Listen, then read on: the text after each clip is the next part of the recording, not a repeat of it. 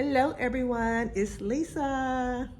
Welcome back to my channel. Thank you guys for subscribing. If you haven't done that yet, be sure to do it now. Yes, and thank you for the watch hours. I can see that you guys are watching till the end. Keep that up. Thank you for letting me know in the comments, because you know I like your comments. I like knowing what you're thinking. And it also helps me to know what information to provide in upcoming videos. So today I have special guests, Les and Sherry Parker. They are expats here. They've been here a lot longer than us. I think maybe a year and 5 months or 6 months, something like that. And they are boots on the ground. They are filled with information, and they have been so helpful to Craig and I in our move here. So I hope you enjoy them. I'm going to chat with you in the end. All right. Be sure to watch till the end. Everybody, mainly in the States, don't retire early, wait till the government retirement age. That's all I was thinking. Yeah. And then, let's And just like... you wait till the government retirement age, that's like, what, almost 10 more years for you working. Yeah, exactly. And I was ready to stop working yesterday. Right. So Sherry and Les have been here about a year and 5 months now. A year and 5 months. Mm-hmm. So.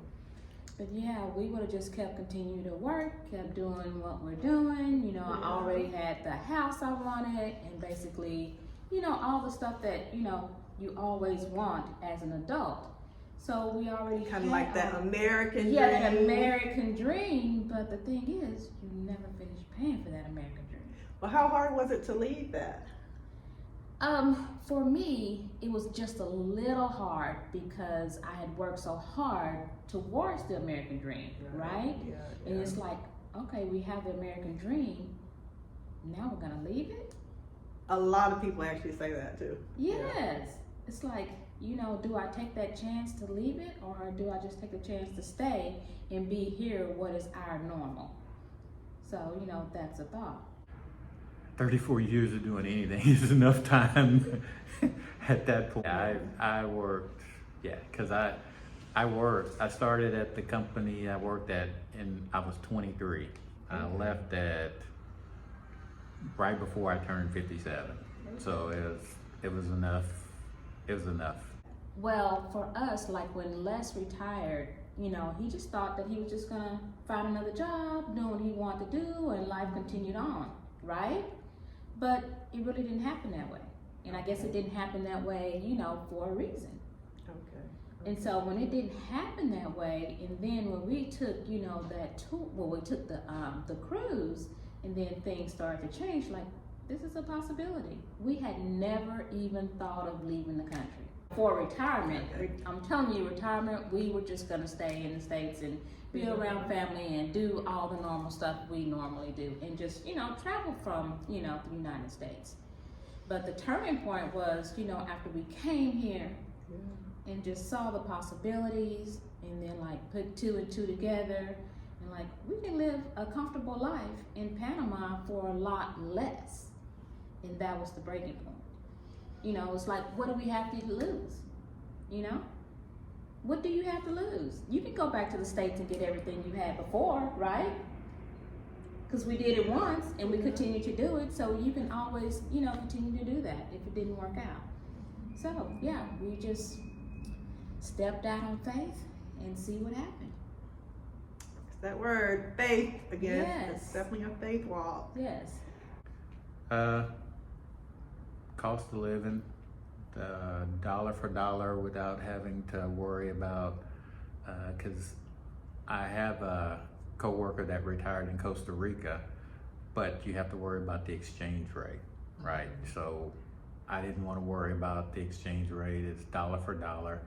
It's still, like we said, when we lived in Texas, we were an hour away from our closest relative, and like 4 to 4.5 hours away from our furthest relative.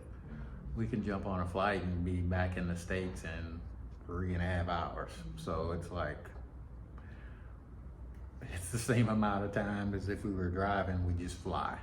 So that made it very easy to pick Panama. Plus, I mean, there's always something to do here. We liked the people, the security, the comfort level, because by no means did we downgrade our lifestyle, because that was another big one.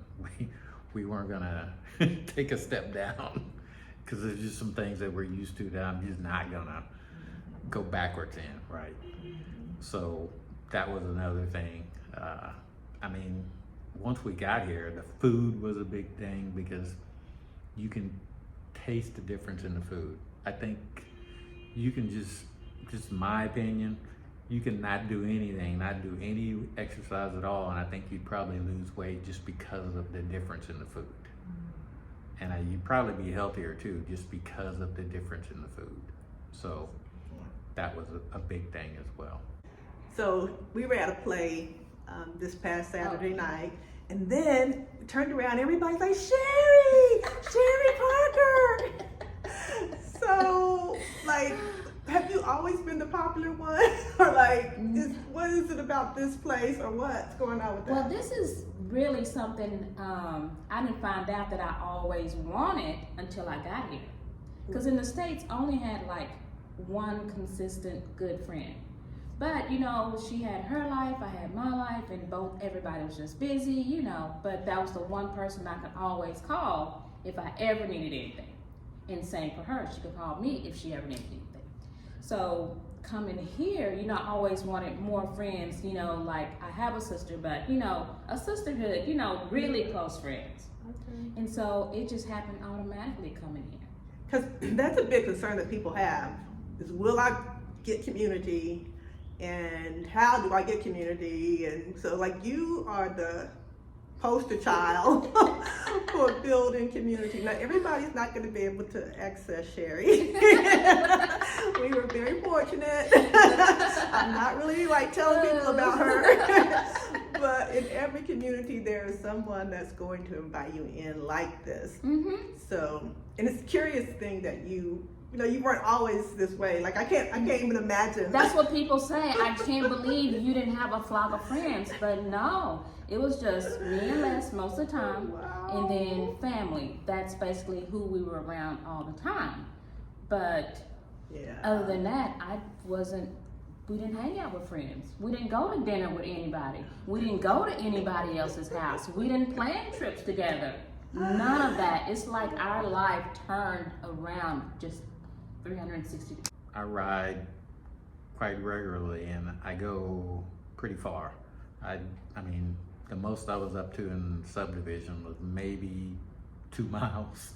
And I go here 20, sometimes 30 miles. So that's one thing that I do. And then the other thing is fishing. I love to fish, and I have got in contact with, actually through Omar in Sauber Services. He got me in contact with the fishing captain here, and me and another couple of friends of mine, we go fishing quite often. Everything that the States offer, you can find here in Panama, or start it yourself. So we have more friends than we ever had when we lived in the States. I mean, I'm serious. We never had hardly anybody over at our house. You gotta come see for yourself. You can't believe what you hear. This is one of those things that you gotta come see. Just because somebody tells you something, go look and validate that it is what it is, because you gotta look with your own eyes, because folks, you have from one extreme to the next extreme. You gotta go look for yourself. The main challenge is the language barrier, which we're getting better. We understand more by far than we did when we got here. So that's probably the biggest barrier. I'd say if you know you're gonna come to a Spanish-speaking country, start learning Spanish. You wanted to retire. That's why you I wanted to quit. Man. Oh yeah, true that. True that. There's a difference, right? Work. Yeah, there's a difference. There is a difference, right? We all know that. Yeah. So to wrap it up, this is our story. First off, thanks Lisa and Craig for the interview.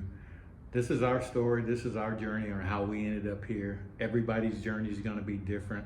This is just some of the things that we went through or we did to get to where we are today. And for me, do your research. Just think about it and maybe, take a chance on visiting other countries, not just Panama, but to know that you have different choices, than what your current situation is. And believe me, your life can get better than what it is now. Because I didn't think it would be better, but it is 100 times better than, what our normal was living in the United States. So if you have a chance, give it a try and come to Panama. Thank you guys so much for sharing your story with us. And one thing that was listening to you guys talk, it made me think about that everybody has something to do here. So, you guys, how many people have you helped? Just even with your information, it's been so forthcoming. So when you think about coming, I know you weren't thinking about that when you came, but the idea is that everybody has a purpose, and even moving to Panama as well. So I'm sure you, like I said, I'm sure you never thought about that, but it made me think I can't say for sure we would not have been here without you, but you made our path so much easier coming. Mm-hmm. And so I'm sure other people have that same story, and even just helping people build community. And so keep that in mind for yourself as you're thinking about moving, that your skills and the things that you're gifted with will be an asset to this community. I'm glad you said that, because I'm just now thinking that all the people that I meet or all the friends that I have, everybody has a different skill, and like you said, everybody has a different purpose. Yes. And everybody is unique to their own situation, and it just all works together. It all works together. Yeah. So, don't miss your opportunity. All right. Talk to you later. Be blessed. We're blessed in